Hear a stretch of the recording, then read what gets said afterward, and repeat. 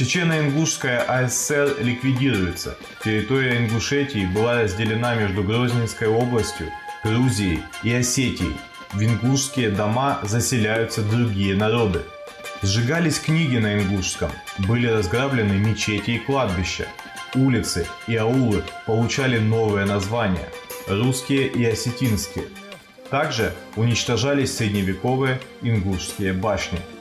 Во время депортации погиб каждый четвертый ингуш и чеченец. В 1957 году власть позволила вернуться войнахам на свои земли. Чечено-Ингушская республика была восстановлена, но не в тех границах, что были перед выселением.